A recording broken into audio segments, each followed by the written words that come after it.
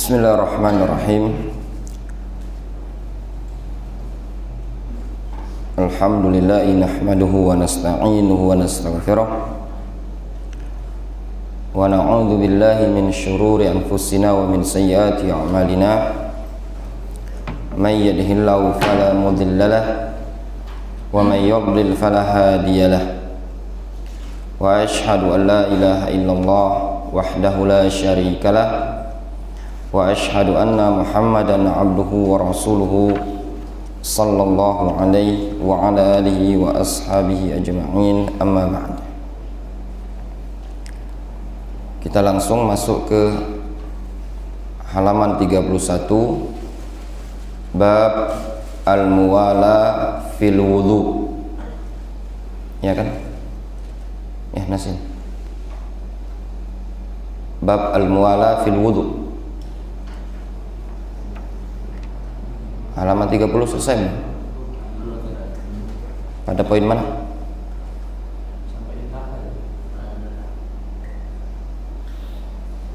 Wa hadha nahu ma qalahu az-Zarkashi, belum dibaca ya? Ya sudah, kita baca.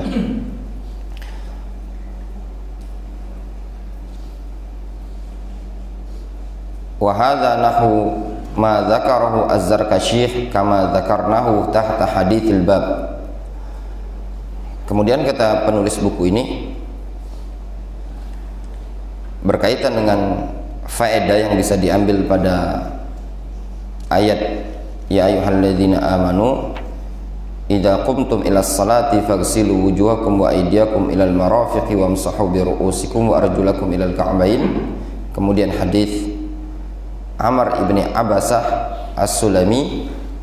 Ada beberapa faedah, diantaranya yang disebutkan adalah an-tartib wajibun, bahwasanya tartib hukumnya wajib. Dalilnya diantaranya adalah ayat Al-Quran Al-Maidah ayat ke-6.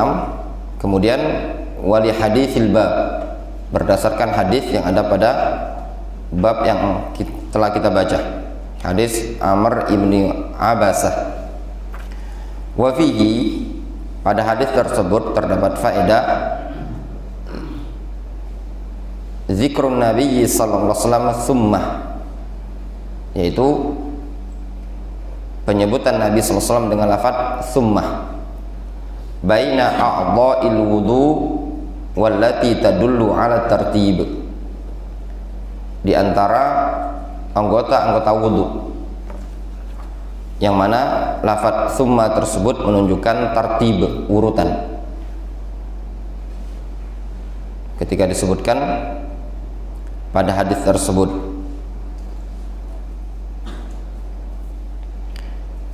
kalau kita perhatikan di hadis summa yamsah ra'sahu illa kharrat khotoya ra'sihi min atrafi sya'rihi min ma'al ma' thumma yaghsilu qadamaihi ilal ka'bain.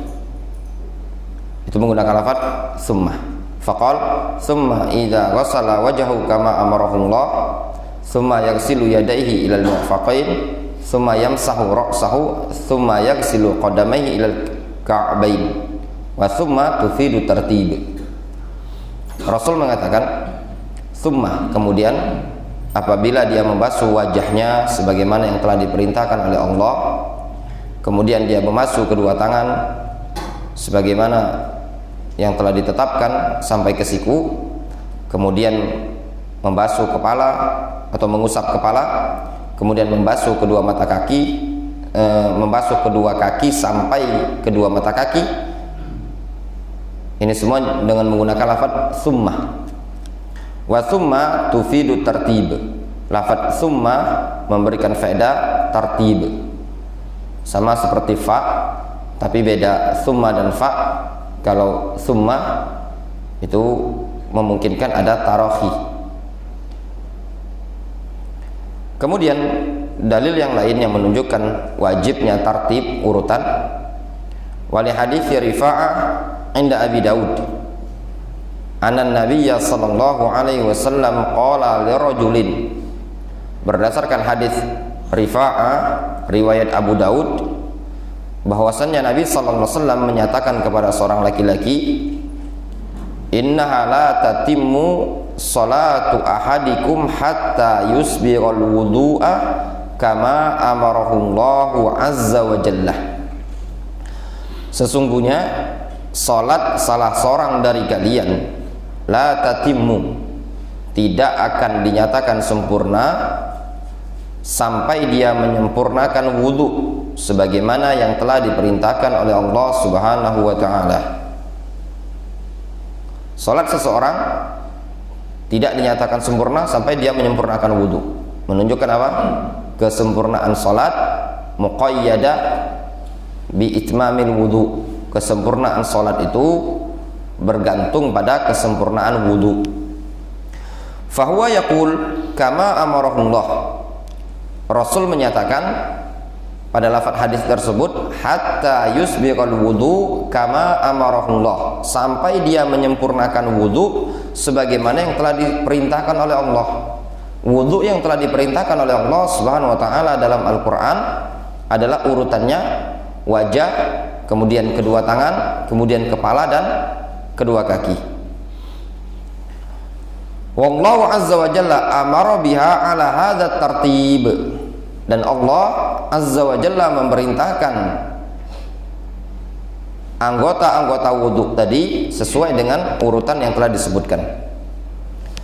Kemudian juga alasan yang berikutnya, alasan yang menyatakan bahwasannya tartib adalah wajib. Wali anna nabiyya sallallahu alaihi wasallam lam yukhilla bihadzal tartib marratan albattah, bal kana yatawaddau wudu'an murattaban. Alasan yang berikutnya kenapa harus tartib, dikarenakan Nabi sallallahu alaihi wasallam tidak pernah melanggar tartib seperti ini walaupun sekali. Bahkan beliau Nabi sallallahu alaihi wasallam berwudu dengan wudu yang murattabah, yang berurutan. Tidak pernah dinukilkan dari Nabi sallallahu alaihi wasallam beliau membasuh kaki dulu. Selalu dinukilkan hadis-hadis tentang wudu, beliau membasuh wajah, kemudian kedua tangan, kemudian mengusap kepala dan membasuh kedua kaki. Tidak dinukilkan bahwasanya Rasul mendahulukan tangan dulu atau mendahulukan kaki dulu. Namun yang dinukilkan adalah sebagaimana yang telah disebutkan dalam Al-Qur'anul Karim. Fahadha kulluhu yadullu ala wujubi tartib. Ini semua menunjukkan akan wajibnya urutan. Wa anna man akhalla bihadzal tartib fawudu'uhu ghairu sahih. Serta barang siapa yang melanggar urutan seperti ini, maka wudunya tidak sahih, tidak sah. Wa yajibu alaihi al-i'adah, dan wajib bagi dia untuk mengulangi. Dalam artian kalau seandainya ada orang berwudu bukan membasuh wajah pertama kali, tapi dia mungkin membasuh lengannya dulu pertama kali baru wajah, maka wudunya tidak sah. Wa makna tartib, makna tartib urutan dalam berwudu adalah huwa ayyabda'a bil madmadha wal istinsyaq thumma yaghsilu wajhahu, yaitu dia memulai kumur-kumur, kemudian istinsyaq, ya kumur-kumur dan istinsyaq satu paket, satu cidukan. Dia ciduk air separuh digunakan untuk kumur-kumur, separuh lagi dihisap di hidung. Thumma yaghsil wajhahu, kemudian dia membasuh wajahnya. Thumma yaghsilu yadahul yumna ilal mirfaqi, kemudian dia membasuh tangan kanan sampai ke siku. Sikunya ini betul-betul harus basah, ya. Kadang sebagian orang basah ininya tapi bagian bawah ini masih kering, tapi betul-betul basah, harus dibasahkan semua. Summal yusra ilal mirfaq, kemudian membasuh tangan kiri sampai ke siku. Summa yamsahu ra'sahu, kemudian mengusap kepala beliau. Summa yaghsil rijlahul yumna ilal ka'bain, summa al-yusra ilal ka'bain, kemudian dia membasuh kaki kanan sampai kedua mata kaki, kemudian membasuh kaki kiri sampai kedua mata kaki. Wa ammal fardus sadis wa huwal muwala ta'ti adillatu fi hadzal babil qadim. Adapun kewajiban yang keenam dalam kewajiban berwudu adalah al-muwala. Akan datang dalilnya pada bab yang akan datang. Muwala itu nanti dijelaskan tanpa menjedah ya. Beda antara tartib sama muwala. Kalau tartib itu maksudnya urutan, diurutkan dari yang pertama kali wajah, kemudian tangan, kemudian musab kepala, kemudian kaki. Ini namanya tartib. Adapun muwala tidak memberi jeda yang lama. Kita masuk pada bab yang baru dalam berwudu, bab al-muwalatu fil wudu. Bab al-muwala fil wudu. Boleh dibaca babul muwalati fil wudu, boleh dibaca babun al-muwala fil wudu. Bab al-muwala. Muwala tadi tidak memberi jeda yang lama tatkala berwudu dari satu anggota ke anggota yang lain. Kita baca hadisnya. An Khalid ibni Ma'dan, dari Khalid bin Ma'dan, an ba'dhi azwajin Nabi sallallahu alaihi wasallam, dari sebagian istri-istri Nabi sallallahu alaihi wasallam. Dari Khalid bin Ma'dan, dari sebagian istri Nabi sallallahu alaihi wasallam. Jadi yang meriwayatkan hadis ini adalah ba'du azwajin Nabi sallallahu alaihi wasallam. Ini namanya mubaham, jahalah. Namun jahalatus sahabat atau sahabiyat la tadur, tidak mempengaruhi keabsahan hadis. Di anna sahabah kulluhum udul, dikarenakan para sahabat seluruhnya orang-orang yang adil. Anna Rasulullah sallallahu alaihi wasallam ra'a rajulan yusalli. Rasul dulu pernah melihat ada seseorang yang sedang sholat. Jadi Rasul melihat ada yang sedang sholat. Orang tersebut sedang sholat posisinya. Wa fi qadamihi lum'atun qadrud dirham lam yusibha alma. Dan pada kaki orang tersebut ada satu bintik ya, kelihatan seukuran dirham, anggaplah duit kecil ya, duit mungkin 100, 500 atau mungkin seukuran seperti itu, satu dirham. Lam yusibha alma, tidak terkena air. Tergambar. Jadi ada orang sholat, Rasul ngelihat di kaki orang tersebut seukuran dirham. Wallah alam, dirham itu berapa? Mungkin seukuran duit 500 mungkin ya. Seukuran itu dalam artian kecil, seukuran kuku. Tidak terkena air wudhu. Bisa bayangkan ya, seukuran kecil yang tidak terkena air wudhu. Fa'amarahu Rasulullah SAW ayyu'idal wudhu. Lalu Rasul memerintahkan dia untuk mengulangi wudhu dalam kondisi dia sedang sholat. Kalau kondisi Rasulullah SAW melihat ada orang yang kondisinya seperti ini, bagaimana dengan sebagian kaum muslimin yang berwudu kadang tidak sempurna basuhannya tadi? Disebutkan dalam hadis ini cuma pada bagian kaki, seukuran 1 dirham. Bagaimana dengan sebagian kaum muslimin yang ketika berwudu kakinya tidak sempurna basuhannya, tumit masih kering, kemudian juga bagian bawah siku ini masih kering. Yang demikian ini sangat tidak membuat sah atau sangat fatal ya, menyebabkan tidak sah sholat seseorang. Wa ma'nal muwala wa dhabituha, dan makna muwala serta dhabit, patokan atau ketentuan dalam makna muwala, alla yuakhira ghusla adwin hatta yanshafal udwu alladhi qablahu. Jangan dia mengakhirkan, menunda pembasuhan satu anggota sampai anggota yang lainnya kering. Difahami? Contoh misalkan wajah. Ketika dia membasuh wajah, makna mualah adalah dia basuh wajahnya kemudian langsung basuh tangan. Jangan sampai basuh wajah setelah kering baru basuh tangan. Itu tidak diperbolehkan. Itu tidak mualah namanya. Itu kan jaraknya kan lumayan lama, Pak. Nah, ini tidak diperbolehkan.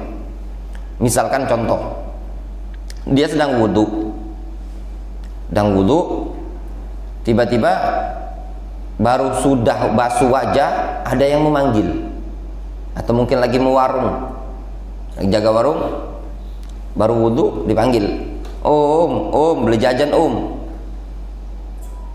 baru basuh wajah ini tadi, ke depan, kemudian dia ngelayani anak-anak mungkin belanja, yang ini belanja es, yang ini belanja ciki dan yang lainnya, sampai kering air yang di wajah ini tadi. Kemudian pergi lagi ke belakang, lanjutkan tangan, ngusap kepala, kaki, jawabannya tidak diperbolehkan. Dikarenakan sudah terlalu lama jedahnya sampai mengeringkan bagian anggota yang dibasuh sebelumnya. Qala Ibnul Qayyim, berkata al-Imam Ibnul Qayyim, kata al-Imam Ibnul Qayyim, wa kana wudu'uhu sallallahu alaihi wasallam murattaban mutawaliyan wa lam yukhilla bihi marratan wahidatan albattah.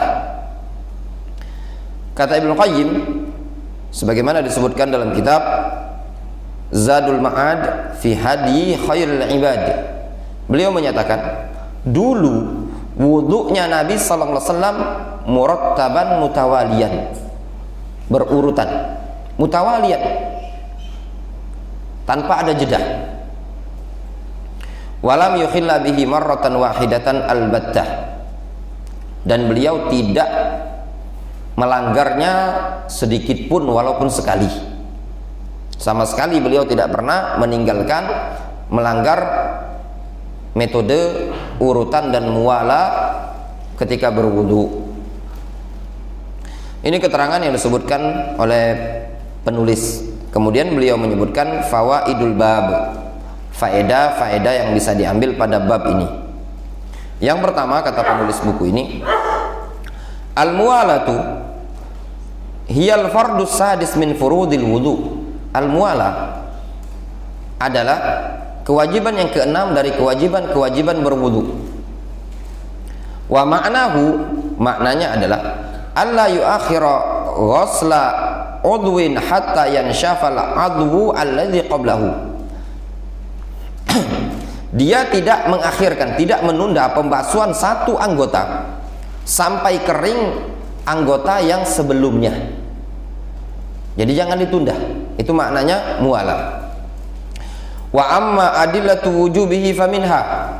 Adapun dalil-dalil yang menunjukkan wajibnya muwala, wajibnya tanpa memberi jeda, hadithul bab, yaitu hadis Khalid ibnu Ma'dan, hadis Khalid bin Ma'dan.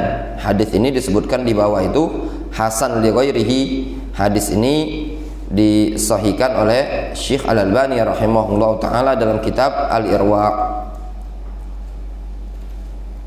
Faqad amara an-nabiy sallallahu alaihi wasallam dzalika ar-rajula ayyu'idal wudu. Sungguh Nabi sallallahu alaihi wasallam telah memerintahkan laki-laki tersebut untuk mengulangi wudu tatkala ada bagian yang tidak tersentuh air.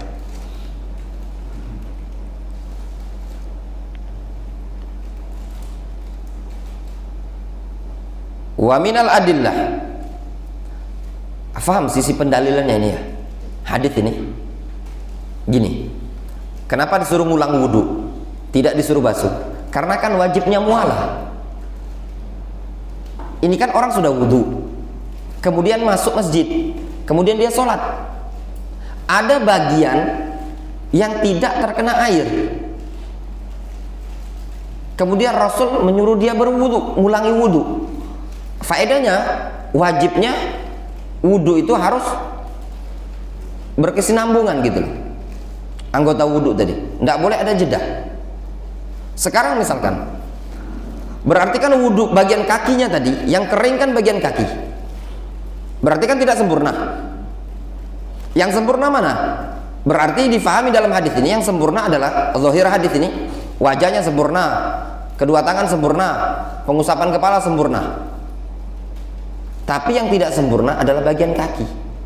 Nah, jarak antara bagian kaki dengan mengusap kepala itu sudah dipisah dengan jarak sholat. Difahami? Nyambung dokter Vicky? Ya? Nasin, sisi pendalilannya putra ya? Makanya Rasul nyuruh untuk berwudu, diulangi. Rasul tidak nyuruh sudah pergi ke tempat wudu basuh. Kalau Rasul nyuruh basuh, berarti kan pembasuhannya sempurna. Namun permasalahannya jeda antara kepala dengan kaki kan sudah dipisah dengan masuk masjid, berdiri ketika sholat. Nyambung sisi pendalilan. Wa minal adillah anna Allah amara fil ayah bil wudu faqal. Di antara dalil yang menunjukkan wajibnya muwala, Allah Subhanahu wa taala memerintahkan pada ayat wudu dengan firman-Nya faghsilu wujuhakum wa aydiyakum. Basuhlah wajah-wajah kalian wa aydiyakum, dan kedua tangan kalian. Wa amrullah, dan perintah Allah. Di situ Allah menyatakan faghsilu, basuhlah, wujuhakum, wajah kalian, wa aydiyakum, dan kedua tangan kalian.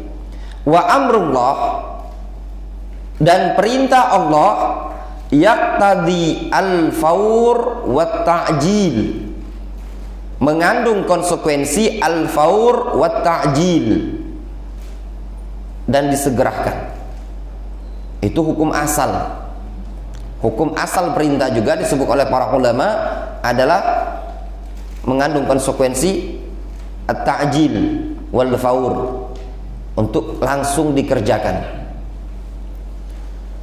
Walaupun di sini ada khilaf sedikit di kalangan usuliyin, apakah al-aslu fil amri yufidu ta'jil wal faur, apakah hukum asal perintah memberikan faedah ta'jil, disegerakan.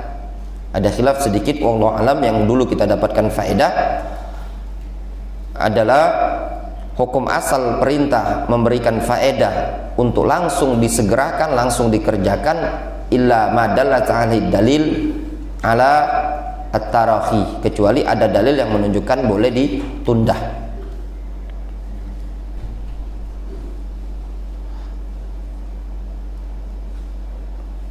Contoh misalkan haji, ya, haji bagi yang sudah mampu, maka wajib bagi dia untuk berangkat haji.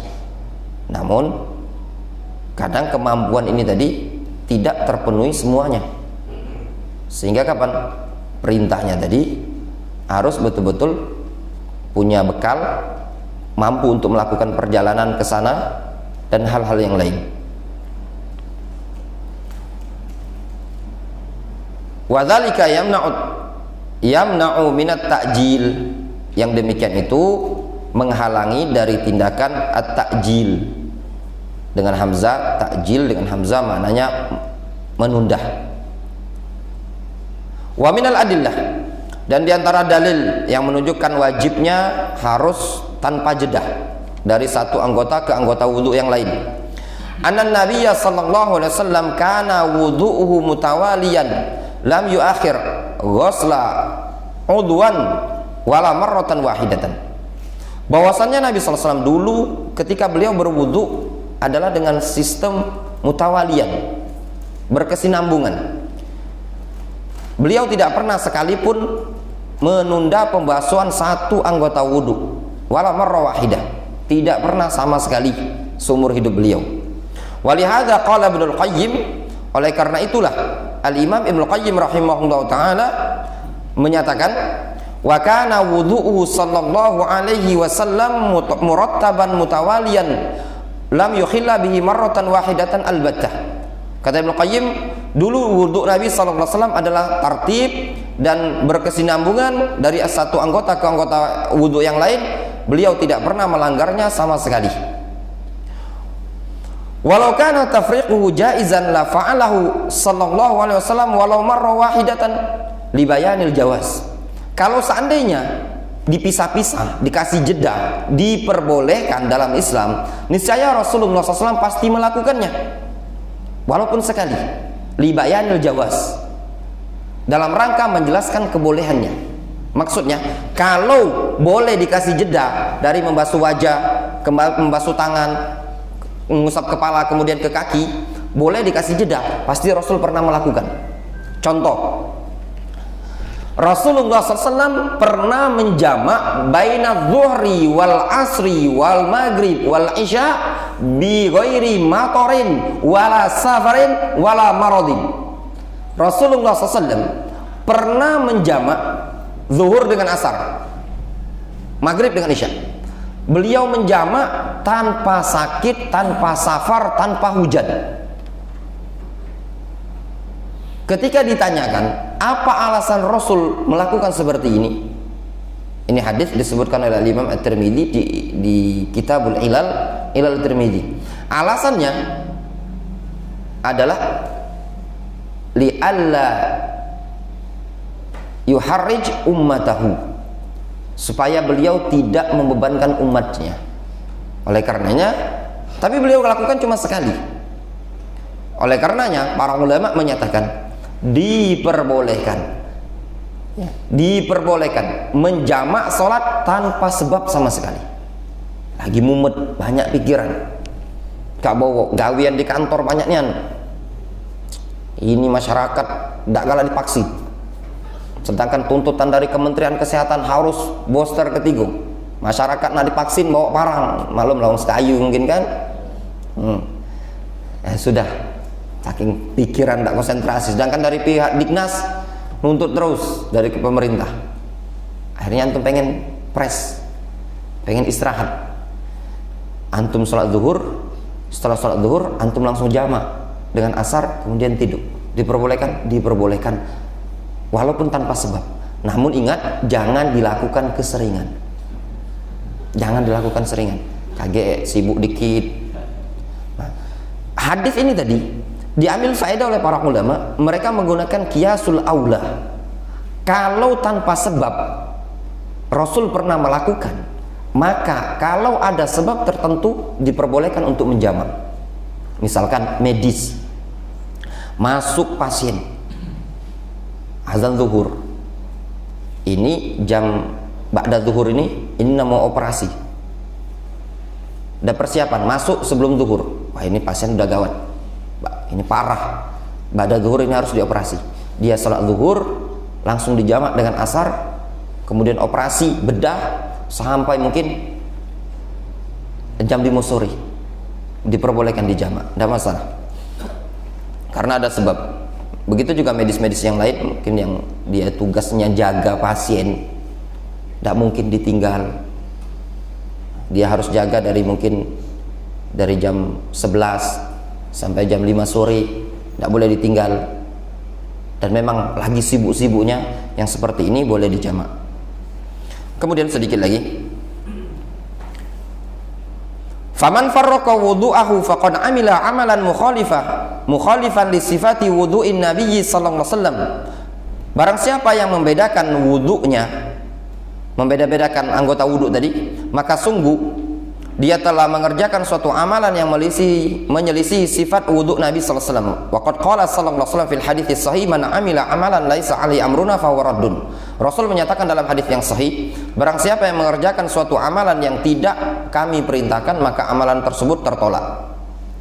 Alasan yang berikutnya yang menunjukkan wajibnya mualah, berkesinambungan, li'annal wudu ibadatun wahidatun, dikarenakan wudu itu ibadah satu paket. Fa idza farraqa baina ajza'iha lam takun ibadatan wahidatan. Kalau seandainya dipisah antara anggota-anggota wudu tadi, maka bukan dianggap satu ibadah.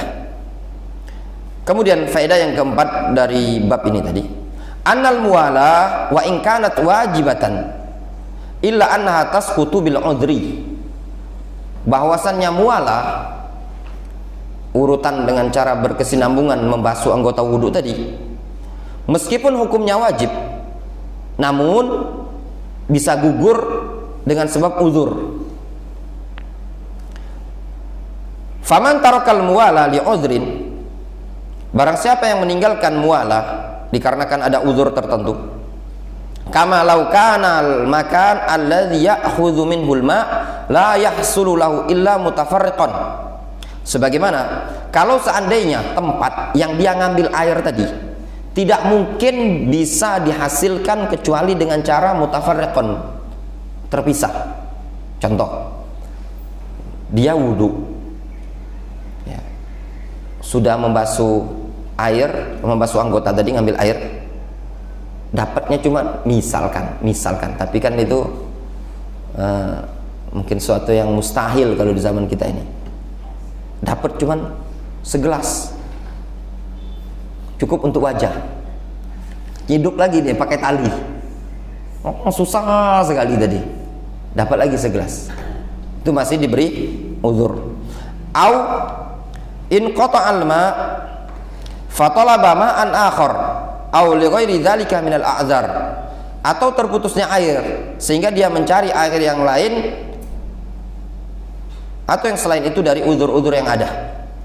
Fa inna hadza lam yumkinhu ay yaf'ala ma umira bihi illa hakadha, maka orang yang seperti ini tidak memungkinkan bagi dia untuk melakukan hal tersebut melainkan seperti inilah kondisinya. Fa idza hasala lahu ma'un akhar fa akmala wudu'ahu faqad ittaqallaha mastata'a, kalau seandainya telah terhasilkan bagi dia air yang lain kemudian dia menyempurnakan wudunya, maka dia sungguh telah bertakwa kepada Allah Subhanahu wa taala sesuai dengan kemampuannya. Wala yukallifullahu nafsan illa wus'aha, Allah Subhanahu wa taala tidak membebani suatu jiwa melainkan sesuai dengan kemampuannya. Misalkan contoh, wuduk di sini ya, baru basuh tangan, kering air, akhirnya numpang ke tetangga, kan jaraknya jauh kan, mungkin ke rumah depan situ. Diperbolehkan? Jawabannya diperbolehkan ya. Apalagi kalau kondisi air sedikit, memang sedikit dalam artian kalau dia ulangi wudhunya dari awal airnya pun kurang di situ, maka itu uzur diperbolehkan. Wa amma haddul muwalat wa dhabituhu, adapun patokan atau batasan muwalat dan ketentuannya, alla yuakhir ghusla udwin hatta yanshafal udul ladzi qablahu ma'itidaliz zaman wa hali syakhs, yaitu dia tidak menunda, tidak mengakhirkan atau tidak menunda pembasuhan satu anggota wudu sampai menunggu mengering anggota wudu yang sebelumnya. Itu maknanya muwalah, dengan dibarengi i'tidaluz zaman, meratanya waktu, jarak dari waktu ke waktu tadi normal gitu loh. Wahali syakhs, dan kondisi seseorang tersebut. Faedah yang berikutnya yang keenam, wa amma tafriq al-yasir faqad qala an-Nawawi rahimahullah taala fil majmu'. Wa amma tafriqul yasir, adapun jeda yang sedikit, maka sungguh telah dinyatakan oleh Imam An-Nawawi dalam kitab Al-Majmu', at-tafriqul yasir baina a'dha'il wudu la yadurru bi ijma'il ummah, jeda yang sedikit antara anggota wudu dengan anggota wudu yang lainnya tidak merusak wudu dengan kesepakatan para ulama, dengan kesepakatan umat. Dalam artian jedanya sedikit. Contoh jeda sedikit itu misalkan dia wudu di belakang, di tempat wudu belakang, kemudian air terputus, kemudian masuk ke dalam, nyalakan sanyo atau minta air yang jaraknya itu cuman bergeser lah, misalkan yang tadi mungkin wudhunya di luar, misalkan di tempat di keran wudhu, kemudian berjeda, kemudian dia nyari air ke kamar mandi yang ada di bak mandi, dia ambil segayung, itu kan ada jarak, maka jarak yang sedikit ini tadi tidak merusak wudhu, tidak membahayakan dengan kesepakatan para ulama. Wallahu ta'ala a'lamu bishawab. Naktafi bihadzal qadar wa sallallahu ala nabiyyina Muhammadin wa ala alihi wa ashabihi ajma'in wa akhiru da'wana alhamdulillahi rabbil alamin.